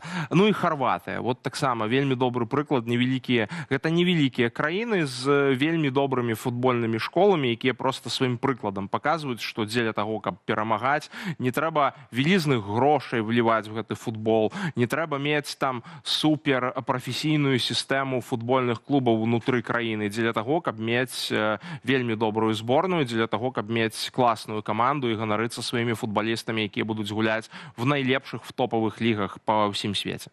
Я памятаю, калі я быў малым хлопцам, мінская «Дынама» гэта быў брэнд, які проста грымеў на ўвесь Савецкі Саюз. То бок на самай справе у беларускага футбола таксама ёсць легенда, есть поспех, там, Сергей Олейнікаў, яго каманда, я до гэтага часу памятаю этих хлопцаў, якія яны былі прыгожыя, якія спрытны з гэтым мячом рабілі ўсе гэтыя кульбіты, ну, як тыя Рональду, ці там, не знаю, Бампа і так далей. Але вось зараз, чым займаюцца беларусі, ціхенька глядзім за гэтым святам, ці на самай справе все-таки мы робім свой футбол? Насамрэч, беларускі футбол гэта таксама адлюстраванне ўсёй беларускай рэчаіснасці. Калі дэградуе ўся сістэма, то спорт не можа в ёй развівацца. І, адпаведна, калі мы проста параўноўваем з тым, што нават было 10 гадоў таму, то, в прынцыпе, ўсім больш-менш відавочна, што сітуацыя толькі пагаршаецца. Ну, мы памятаем, як мы назіралі за БТ, калі яны нам спрабавалі прадрацца ў Лігу чэмпіёнаў, і якое гэта было свята, і як все стараліся заўзець. І потым сапраўды гэтая дэградацыя была досыць хуткай. І Крумкачоў з'елі таксама. І гэта проста важна, і гэта бачна, у тым ліку, у першую чаргу, канешне, самім футбалістам, таму што гэта адбіваецца на заробках, гэта адбіваецца на магчымасцях гуляць недзе па-за межамі Беларусі. То бок гэта проста вынік натуральнага працэса. Калі краіна знаходзіцца ў такой сітуацыі, калі ў цябе ўсе сферы гаспадаркі ідуць уніз, і зразумела то, што спорт в Беларусі таксама быў часткай, ну, дзяржаўнае фінансаванне. То бок все збольшага трымалася на спонсарскіх датацыях, якія, адпаведна, ішлі з дзяржаўных інстытуцый, таму што так ці інакш гэта ўсё былі дзяржаўныя праекты. Але з іншага боку і шмат спартоўцаў з'ехала, у тым ліку футбалістаў. Дзе яны зараз, Зміцер? Ну, зноў жа, з'ехалі тыя, хто быў запатрабаваны на замежных рынках. Частка в Расіі. Для беларускіх трэнераў некаторых адкрыўся такі рынак, як Казахстан, напрыклад, вось таксама. Там плоцяць даволі неблагія грошы. Польша, здаецца, таксама былі беларускія трэнеры. У Польшчы таксама, і ў Польшчы ёсць, зноў жа, шэраг беларускіх футбалістаў, якія з'ехалі ўжо в розным узросце і знаходзяцца на розных лігах. В элітных лігах в Польшы ёсць парачка беларусаў, ёсць таксама шмат беларусаў в аматарскіх лігах, таму што ў Польшчы, ну, параўнанні з Беларусій, проста в некалькі разоў больш гэтых магчымасцяў гуляць футбол, больш футбольных ліг, аматарскіх у тым ліку, і праз іх таксама можна зрабіць сабе кар'еру. Магчыма, праз аматарскія лігі выбіцца ў прафесійныя. Такія гісторыі ёсць. Людзі з 4-й, з 3-й лігі трапляюць в каманды другой лігі, а гэта ўжо прафесійны ўзровень, 1-й лігі, вышэйшай лігі чэмпіяната Польшчы, гэтай экстракласы, як яна называецца. І такая кар'ерная стужка, такая кар'ерная лесвіца ёсць. То бок можна зрабіць сабе такі шлях, і вось гэта цалкам рэальна. Зразумела, што тут не кожны дзень адбываецца. Слухай, але ж ты ж таксама, ты як, ну, не як гулец, а як трэнер, ты, па-моему, з 5-й лігі акурат у другую і дайшоў. Як гэта, раскажы пра гэту гісторыю. Падзяліся, па-першае, раскрый інтрыгу, што такое трэнер-аналітык. Гэта чалавек, который з камп'ютарам там праграміруе гульцоў, ці што гэта. І, ну, вось трошки пра сваю каманду. Што за хлопцы, як яны, чаму яны паслухаліся беларуса і вось так гуляюць все лепей і лепей. Мой внёсак, конечно, в тое дасягненне уніі з Керневіцай я бы не назваў вельмі вялікім. Я займаюся пэўным кавалкам працы, які завецца футбольнай аналітыкай, хутчэй нават футбольнай статыстыкай.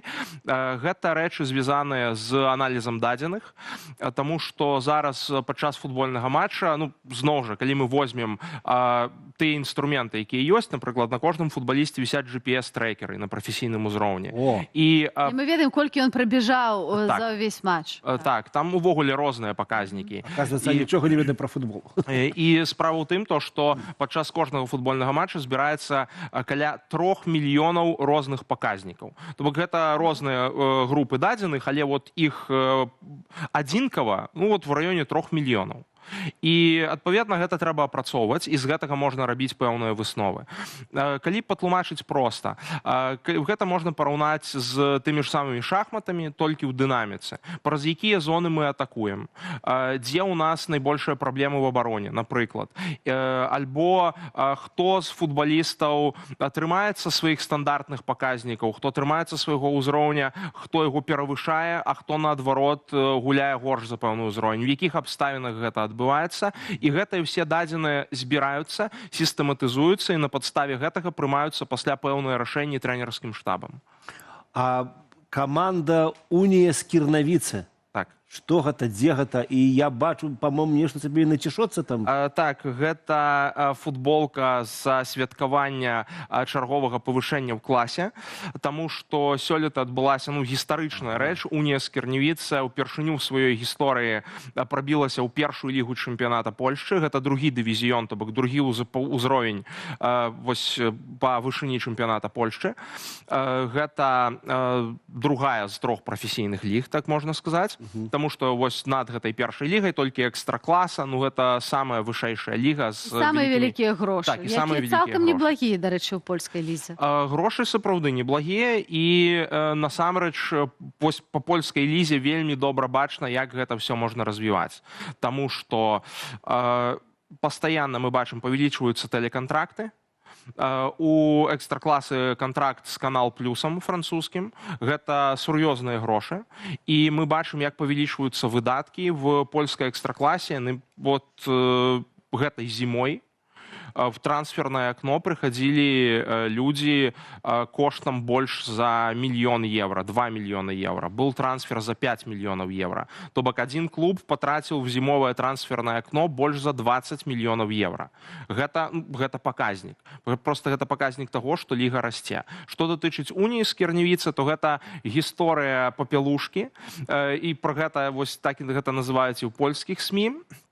Таму што гэта каманда з трэцяй лігі, якая за 2 гады выйшла з трэцяй лігі ў першую. То бок яны выйгралі трэцюю лігу і пасля і выйшлі ў другую, і ў першы ж год гульні ў другой лізе яе выйгралі. Вось гэта быў вот гэты сезон. Нічога сабе папялушка, у которой выкарыстоўваюцца самыя высокія нейкія тэхналогіі, як я зразумеў. Я думаю, што гэта ўжо зараз стандарт, так атрымліваецца?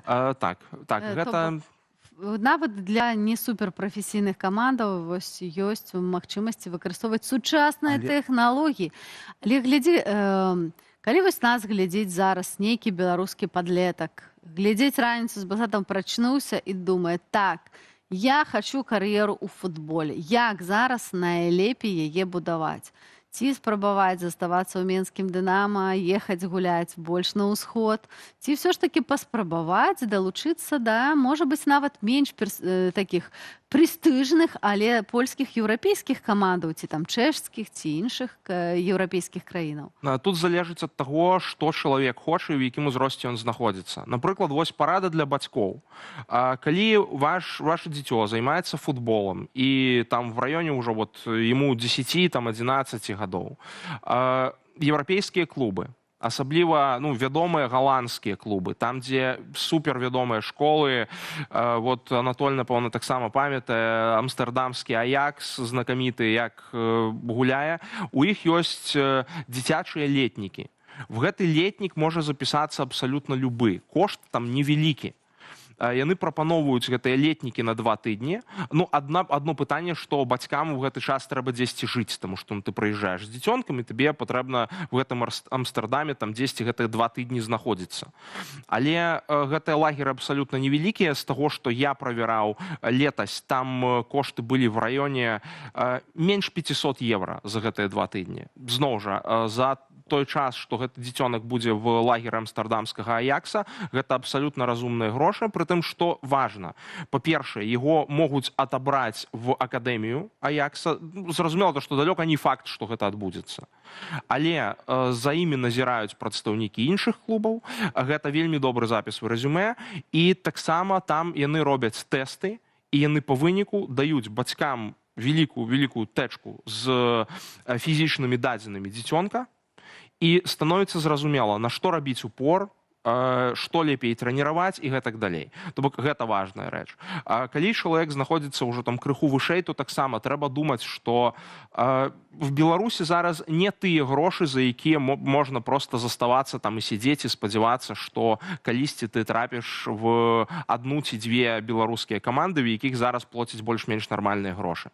Можна паспрабаваць паехаць в тую ж самую Польшчу, і нават калі ты не загуляеш на прафесійным узроўні, ты зможаш атрымаць нармальную адукацыю. Умоўна кажучы, таму што вучыцца і адначасова гуляць на польскім аматарскім узроўні, а ёсць клубы, як, напрыклад, той жа Урсус Варшава, дзе я пачынаў свой трэнерскі аналітычны шлях і дагэтуль ім таксама дапамагаю. Там, напрыклад, ёсць першая каманда, якая гуляе ў 4-й лізе, ёсць другая каманда, якая з наступнага года будзе гуляць в 5-й лізе, ёсць трэцяя каманда. І можна па гэтых прыступках таксама забірацца. То бок ёсць цэлы шэраг акадэмій, якія маюць каманды в розных лігах, і яны увогуле сваё жыццё базуюць на тым, што яны дапамагаюць гэтым дзецям развівацца, праходзіць па гэтых прыступках і даходзіць да найвышэйшых.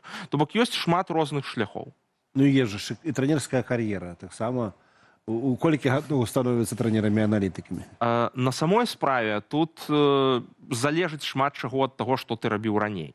Таму што па ранейшых мерках я лічыўся яшчэ там даволі маладым трэнерам. Нават вельмі маладым трэнерам. Цяпер гэта ўжо не так, таму што некаторыя людзі пачынаюць трэнерскую кар'еру в 20 гадоў.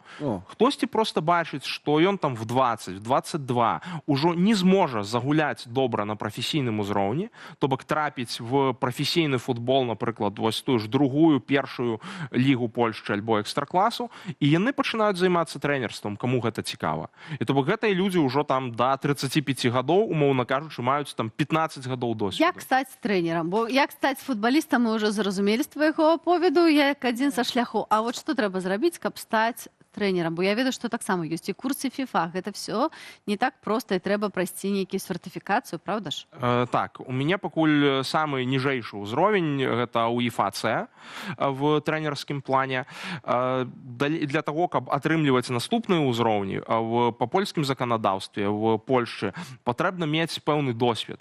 То бок, вот пасля таго, як я атрымаў УЕФА-С, я мушу вось зараз яшчэ прапрацаваць паўгады, і пасля гэтага я смагу падавацца на катэгорыю УЕФА-Б. Всего іх 4. Пасля ёсць УЕФА-А і пасля ёсць УЕФА-Про. Да гэтага УЕФА-Про гэта самае вялікае, ты можаш ужо па ўсім свеце кіраваць абсалютна любымі камандамі. Але гэта займае час. Напрыклад, в Іспаніі в той жа значна прасцей атрымаць тую ж самую катэгорыю УЕФА-Про. Але там трэба ведаць іспанскую мову, там трэба жыць, там трэба працаваць і гэтак далей. Гэта ўжо свая атмасфера зусім. Вось першая прыступка, гэта курсы УЕФА-С альбо нават УЕФА-Д. Гэта самая першая прыступка. Далей трэба разумець проста, што ты хочаш рабіць. Я разумеў, што я хачу працаваць з дадзенымі, таму я праходзіў аналітычныя курсы, напрыклад, в онлайн-школе Барселоны. Ёсць такая. І вось там таксама вось я праходзіў курс менавіта трэнера-аналітыка. Таксама я праходзіў курс праграмавання па мове праграмавання R. Гэта спецыяльная мова для аналізу дадзеных. То бок дзеля таго, каб мець магчымасць браць вось гэтыя сырыя дадзеныя, ператвараць іх там в таблічкі, в дыяграмкі, вот розныя візуалізацыі рабіць і ўмець гэта угрупаваць. То бок гэта таксама статыстыка. Вось гэта як бы такі шлях. І тут можна проста кожны сабе абірае, чым ён хоча займацца. Альбо хтосьці хоча займацца больш аналізам відэа, відэааналітыкай, тактычнымі рэчамі.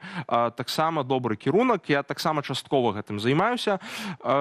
Тут трэба там атрымліваць ліцэнзію на кіраванне дронам, каб здымаць матч з дрона, пасля таксама карыстацца рознымі прыладамі для монтажу відэа, для вось гэтых усіх там вымярэнняў. Калі глядзіш футбол, ніколі не думаеш, колькі там усяго зашыта ўнутры, колькі людзей працуюць на поспех каманды. І вось як ты думаеш, наколькі вось вся гэтая механіка, вся гэтая абалонка, яна сапраўды спрацоўвае? Вось у тебя ёсць досвед, твоя каманда атрымала відавочны поспех, можа яшчэ не на самым сусветным узроўні, але ж, канешне ж, усё наперадзе. Але як гэта дапамагае зараз рабіць футбол сапраўды высокатэхналагічным і сучасным? Таму што на такім узроўні, калі мы падымаемся все вышэй і вышэй, дробныя дэталі робяцца все больш важнымі. Калі ты бачыш, тая ж самая аналітыка, вся гэтая праца з дадзенымі, напрыклад, дапамагае в тым ліку фізічнай падрыхтоўцы футбалістаў. Ты аналізуеш, напрыклад, іх паказнікі фізічна, і ты разумееш, што вось тут чалавек некалькі разоў, там, напрыклад, моцна перавышаў свае звычайныя паказнікі, адпаведна, не трэба яго больш абцяжарваць, інакш можа здарыцца траўма. То бок, а траўма – гэта вельмі сур'ёзныя праблемы для ўсёй каманды. Тое ж самае, напрыклад, датычыць працы в перапынку матча. Тое, што мы робім. Здымаецца матч на дрон. Я ў перапынку, перад перапынкамі яшчэ, я на сувязі знаходжуся з іншым трэнерам-аналітыкам, які знаходзіцца на трэнерскай лаўцы і мае глядзіць таксама трансляцыю матча па айпаду. І мы з ім глядзім, якія элементы, якія эпізоды трэба паказаць камандзе ў перапынку. Я гэта выразаю, і вось в перапынку мы паказваем. Хлопцы, глядзіце, мы вось тут зрабілі гэта і гэта. Не тик-ток глядзіце, а ўжо падмантаванае відэа. Вось чаму журналіст Зміцер Міцкевіч пайшоў у трэнеры. Я думаю, што і аналітычныя здольнасці, гэта ж таксама тое, што можна прымяніць. Зміцер, мы табе хочам пажадаць поспеху. Хацелася б толькі, каб все-таки ты яшчэ не хутка сышоў з канала. А я не збіраюся. Расказваў, каб ты нам і палітычную аналітыку, і вайсковую аналітыку. Слухайце, у нас столькі цудоўных хлопцаў, які вельмі добра разбіраюцца ў футболе. Думаю, што трэба штосьці рабіць больш сур'ёзнае на Белсаце про футбол. Наш Ярослав, наш Пісаренко, таксама. Ярослав, і наш Андрей Сульжис, і наш Руслан Ігнатович. Гэта бомбічная... І Алесь Баразенко. І Алесь Баразенко. Гэта бомбічная спартовая журналістика. журналісты. будзе думаць, што рабіць, але... І Піт Паўлаў яшчэ з намі будзе, да. І Піт Паўлаў будзе з намі. З Піт Паўлавым мы не толькі спяваем, глядзім, але і мацуемся. І гэта цудоўны прыклад таго, у якой добрай форме можна быць, нягледзячы на ўзрост. Ён мяне матывуе ўвесь час. Калі моему сыну Яну Вінцэнту было 3 гады, мы з ім гулялі над Ісландчу. І там стаяць вось такія магутныя дубы. І я кажу: сынок, абдымі дуб і скажы: дуб, дай мне моцы. Ян Вінцэнт рабіў так, і зараз ён мацнейшы за мяне. Я Піт Паўлаў, мне 59 год, я беларускі музыка, і гэта праграма «Мацоўня Піта».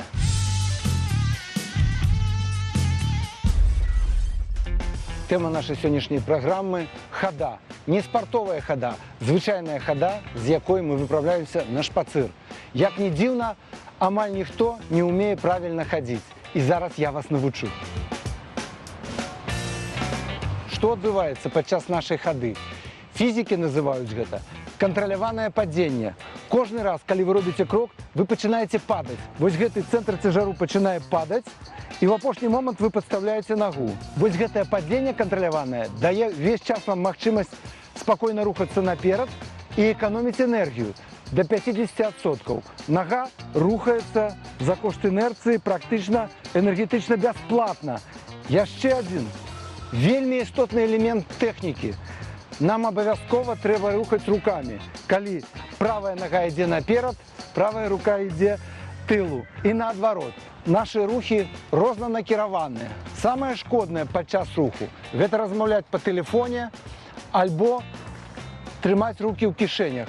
Тады кампенсацыю бяруць на сябе іншыя цягліцы і разбураецца сам геніяльны механізм. Звярніце ўвагу, як гэта выглядае. Адразу пачынае рухацца таз і адразу згубляецца раўнавага. Ніколі не рабіце вось так. Абавязкова набудзьце сабе слухаўкі з мікрафонам, каб размаўляць, альбо слухаць падкаст. І абавязкова мусіць на вас быць вось такі заплечнік, які мусіць быць так адрэгуляваны, каб таксама не хістацца за спіной, а вісець роўна. Вялізная ўвага менавіта да абутку.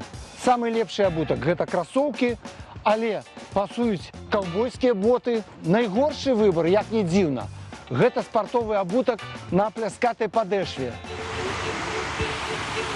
Уся наша скура, самы галоўны орган, прасякнута проста потавымі залозамі.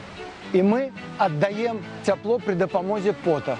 Ніхто з тых, хто бегае, ні сабакі, ні каты, ні ваўкі не маюць такой магчымасці. І яны вымушаны спыняцца, каб аддыхацца, бо яны проста памруць ад гарачыні.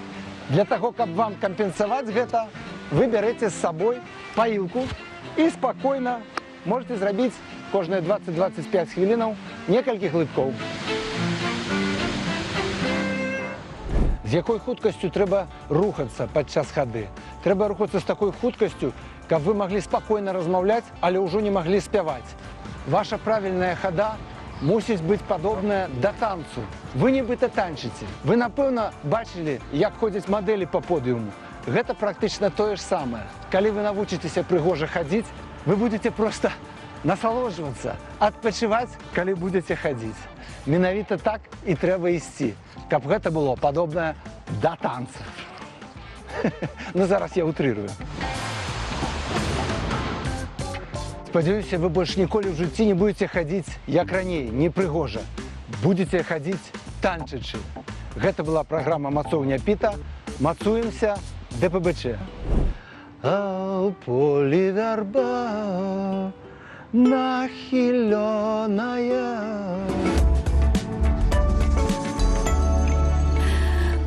Дзякуем Піту за энергію і за цудоўны пераход да нашай наступнай госці. У нас у студыі Юлія Петрыш, лідарка гурта «Ночы», і мы пагаворым пра музыку. Вітаю. А дакладней пра ваш другі альбом. Прывітанне, Юлія. Вітаю. Ну і вот альбом выйшаў, і вот, ну, нема такога страху, што людзі скажуць, што ж делалася. Дзе тая ночы, дзе тая надрывы драма, чаму яны такія шчаслівыя зараз усе? О, я б не сказала, што мы там шчаслівыя. Усё яшчэ там прысутнічае песні две, якія пра шчасце. А так все одно там Але мы бадзёры, их заўважылі. там бадзёра, трывожны, эмацыйны стан все одно прысутнічае.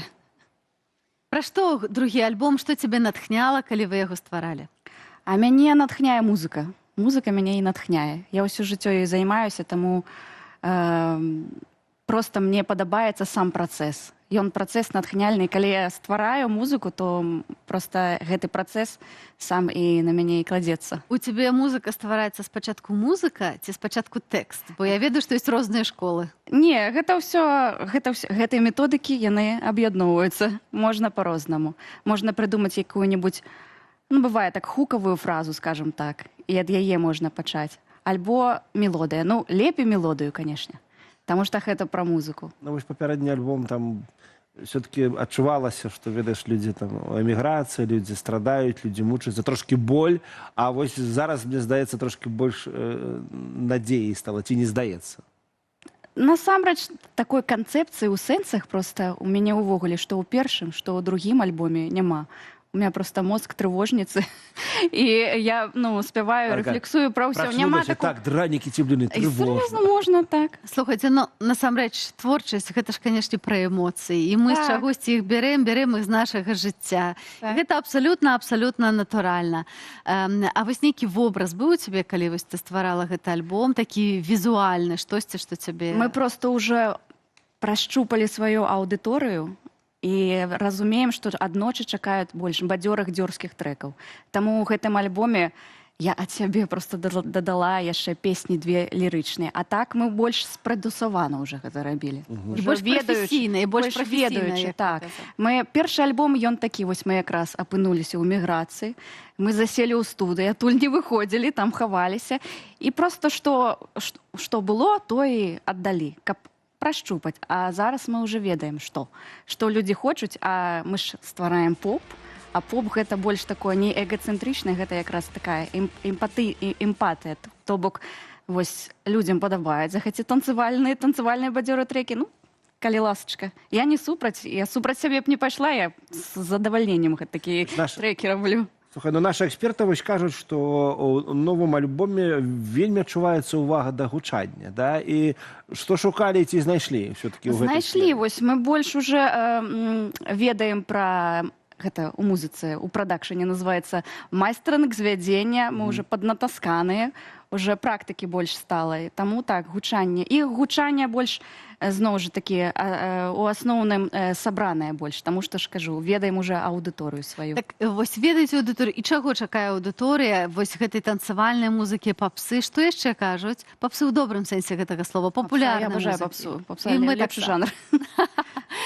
Штосьці яшчэ вам прыносяць вашыя гледачы, нейкія такія наводачкі, нейкія ідэі, якія потым вы можаце выкарыстоўваць? А мы рабілі, мы вось да гэтага альбому рабілі перад праслухоўванне у нас было. Так, і мы людзям раздалі лістовачкі, каб яны каментаром напісалі пад кожны... Маркетинг. Да, пад кожны трэк, каб яшчэ больш ведаць, чаго людзі хочуць. І там сапраўды людзі больш пісалі, нам падабаецеся вы, вось больш такія дзёрзкія бадзёры. Ну, то мы упэўніліся ў гэтым, што там, дзе больш такія лірычныя песні, ну, зразумела, людзі там трошки адрефлексавалі тэму, таксама окей паставілі, але ўсё ж такі пішуць, давайте... Я думаю, што нам патрэбна добрая энергія. Трывожны дэнс, добрая энергія, да, абсолютно. Слухай, ну раз у вас такія цесныя стасункі з аўдыторыяй, то хто яны слухачы ночы? Дзе жывуць, чым займаюцца? Жывуць у Польшы, збольшага. З Беларусі таксама ёсць. Шмат нам каментароў дасылаюць такіх камплементарных, прыемных. Гэта беларусы і украінцы, насамрэч. Шмат украінскай аўдыторыі ў нас. Я звярнуў увагу, до речі, у трэцы нешта адбываецца. Там такая з'яўляецца нейкая ўзаемная любоў беларуска-украінская.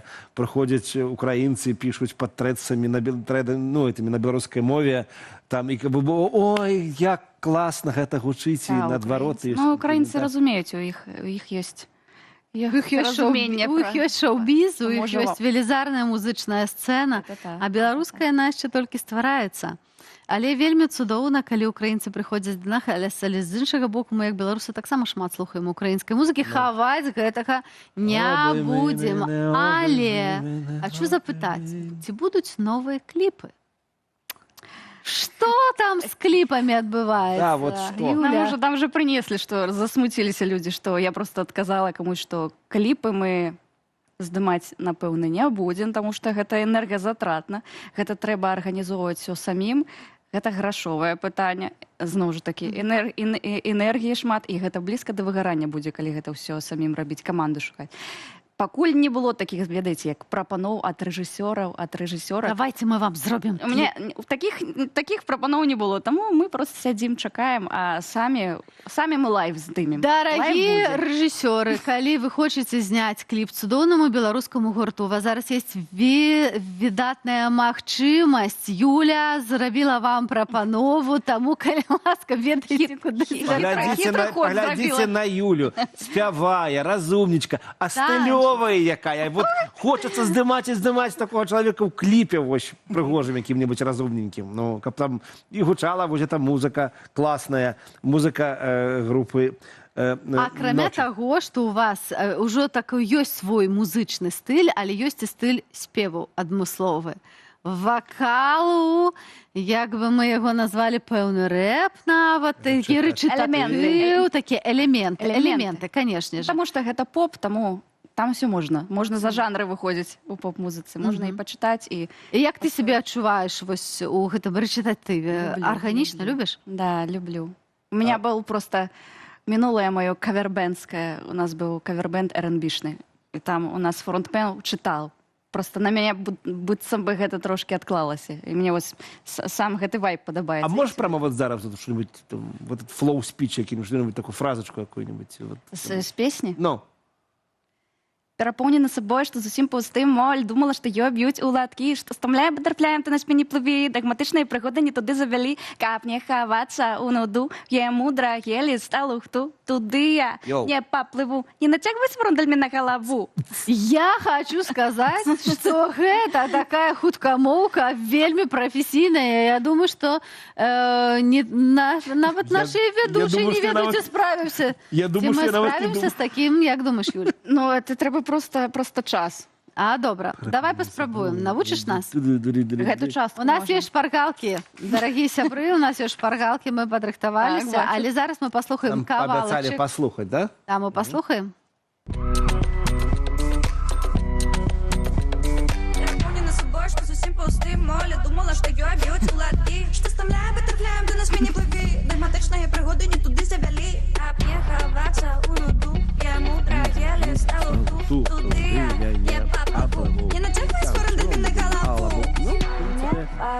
Галоўна, мне здаецца, зразумець, дзе паўзы. Так, і дзе акцэнты рабіць. Вось, я ж кажу, ва флоу галоўнае гэта рытмізацыя, акцэнтызацыя, і просто трэба... Я скажу, што гэта не проста. Таму што змена ёсць, то хутка, то стоп. Добра. Ну, што? Спачатку, я б сказала, як музычка, за такта пачынаем. За такта. Раз, два, три. Перапоўнена сабой, што зусім пусты моль. Думала, што ёй б'юць уладкі, што стамляе, батэрфляем, то на спине плыві. Дагматычныя прыгоды не туды завялі. Мамбольна не хавацца у нуду. Я елі сталухту, туды я не паплыву. Не нацягвай сврундальмі на галаву. О, йоу! Да, ўсё у вас атрымалася бы, калі б далі вам час, усё было ідэальна. Лепей за мяне. Я скажу, што гэта такі файны... Гэта такі файны... Заміраніца з Белсатам і Аліна Коўшык і Анатоль Шэрві. Ну, нам трэба патрэніравацца на заўтра. Падрыхтуем. Флоу-спіч. Флоу-спіч. А што такое флоу? Это типа што?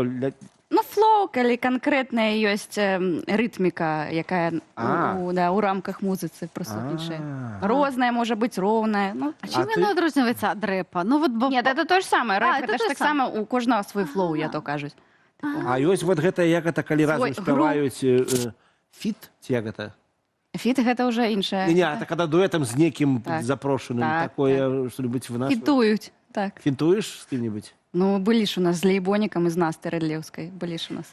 Дзе можна будзе паслухаць не нас з Анатоліем, бо нам яшчэ трохі патрэніравацца, але Юля вельмі добра вывучыла флоу. Я там, можа быць... Вывучыла флоу і ведае, і заспявае. Дзе бліжэйшым часам можам вас паслухаць? Бліжэйшым часам можна нас пачуць на фестывалі «Летутень», які адбудзецца ў Кракаве 1 жніўня. Знакамітая «Летутень». Так. Что там будет? Самый Будет летний программа, белорусский концерт, фестиваль. что там, як там? Я пакуль не ведаю. Пакуль ведаю, што мы там дакладна выступаем. Астатніх я не Колькі ведаю. песен?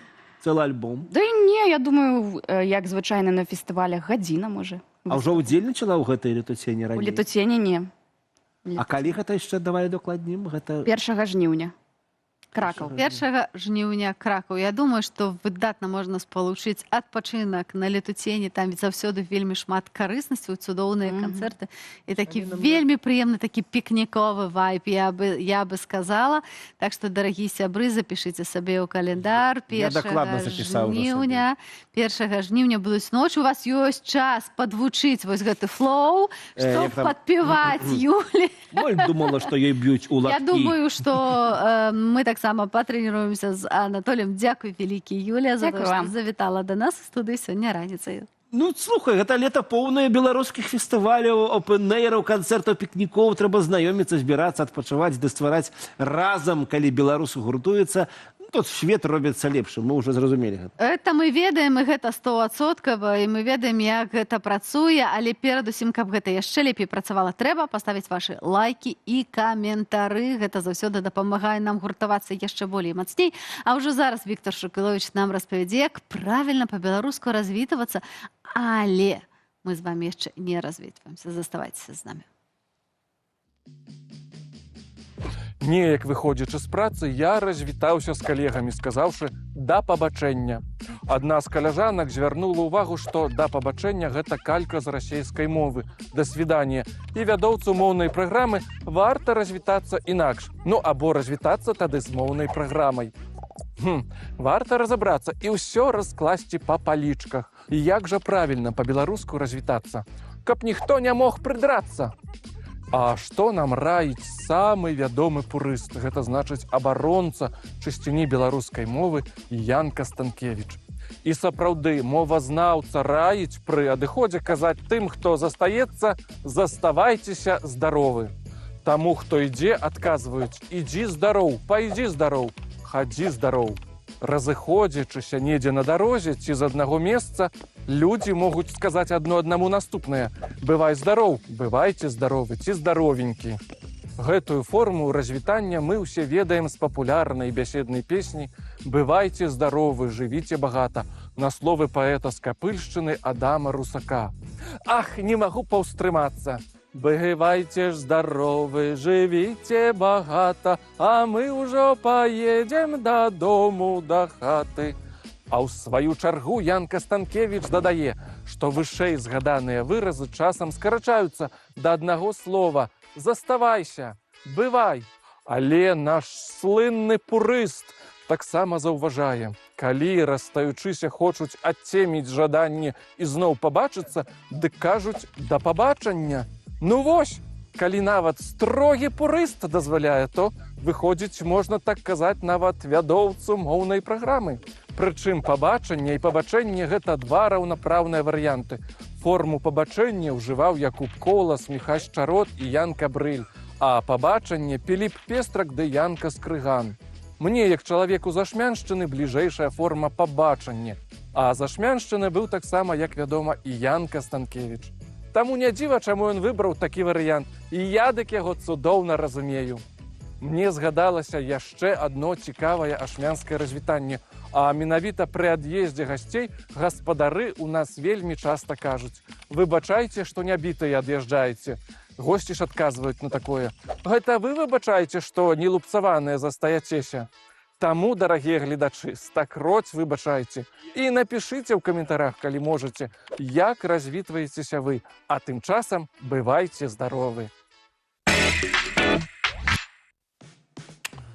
І глядзіце, хто прыйшоў, і гэта Ярослава, значыць, прынёс нам цэлую, не знаю, мех каментароў. Кош. Вынікі будзем падводзіць па крысе. І пачнем з канца. Рэспект кідаюць гурту «Ночы». «Ночы» бамбезныя, бо Лола будзе танцаваць. Хто ведае гэты трэк, кайфовы. Далей, беларусам трэба багата беларускамоўнай папсы, каб беларускамоўныя музыкі зараблялі грошы, каб здымаць кліпы. І каб выціснуць расійскую папсу. Дарэчы, вы не бачылі, але мы тут дамовіліся ў кулісах, і наш аператар Андрэй абяцаў Юлі дапамагчы з кліпам, таму спадзяюся, што «Ночы» будуць мець новы. Нават я гатоў пайсці на падтанцоўку, ну не ведаю, чым возьмуць мяне.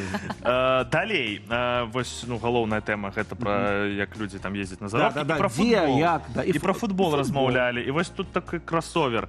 Дарэчы, спартоўцы ж таксама фактычна ездзяць увесь час на заробкі за мяжу. Так стопудова. Ну, нават Максім Мірны, ці тая Аліна, гэта як яна там наша? Арына Сабаленко. Арына Сабаленко. Арына Сабаленко, дарэчы, кінула тэніс ці не? Бо яна што-то пагражалася. Яна сказала, мама плачаць, не хачу работаць.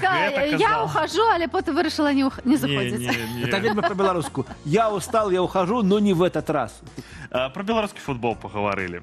Пішуць, беларускія футбалісты мусіць у 6 класе рабілі кола, але не змаглі своечасова спыніцца. Вось так і дакаціліся да такой гульні і жыцця. Не, я думаю, тут не трэба хейціць беларускіх футбалістаў. Ведаеце, я паслухаў з метра, і я падумаў, што ў беларускага футболу ёсць вялізная будучыня. Па-першае, гэту гульню па-ранейшаму хочуць гуляць мноства хлопцаў і дзяўчат. І самае галоўнае, хочуць глядзець мяне дзяўчаты мае, дзяўчаткі 12-15 гадоў чара, тата, закупляемся попкорном, будзем у суботу глядзець чэмпіянат свету по футболе. Дзяўчаткі мая. Дачка старэйшая гуляла калісьці ў футбол. Вельмі паспяхова. І, дарэчы, там у беларускім футболе зараз такая, хутчэй, белая полоса, бо прыйшоў новы галоўны трэнер Віктор Гончаренко. Хай усё будзе. Хай усё. На пад'ём. Зараз пэўны пазітыў. Хлопцы, мы верым, што беларусы справяцца. Я абсолютно веру наших беларускіх спартоўцаў. Чаму б не? Вось так скончваем, да, праграму на спартоўцах. На спартоўцах, дарагія сябры, жадаем вам паглядзець сёння добры футбол. Жадаем вам мець сёння цудоўны дзень і абсалютна абавязкова заўтра ўключыць раніцу з Белсадам. Ой, заўтра мы яшчэ больш цікавостак падрыхтавалі і будуць вельмі эксклюзіўныя госці. Прыходзьце да нас заўтра. І Ярослав прыйдзе. І ты будзеш. Все прыйдзе. Мы все будзем. І як мы абяцалі, кліп гурта «Ночы» працягваем танчыць і добры вайф распаўсюджваць. Ну і мы вас любім, што тут казаць. Любім вельмі моцна. Куль-пакуль. Где повинна быть свою, а не чужих историю прожить. Песня, якая застанется тут надолго. Сверху не прорвется, маешь прудкие волокны. Ляти, вольный ветеран горы, ярким полымем вяжет. По теле вода кружит, вечная земля. Цуды ўрашаце, ты ставишь под сумнеў, тягнет до людей, ты включаешь светлофор червоный, может знойдешь ты, пасуешь, что для всех, а мозг хаваешь от усіх, что может быть пригожим. Песня, якая застанется тут надолго. Сверху не прорвется, маешь прудкие волокны. А коли покусает, то стоишь больше твердо. Песня, якая застанется тут надолго.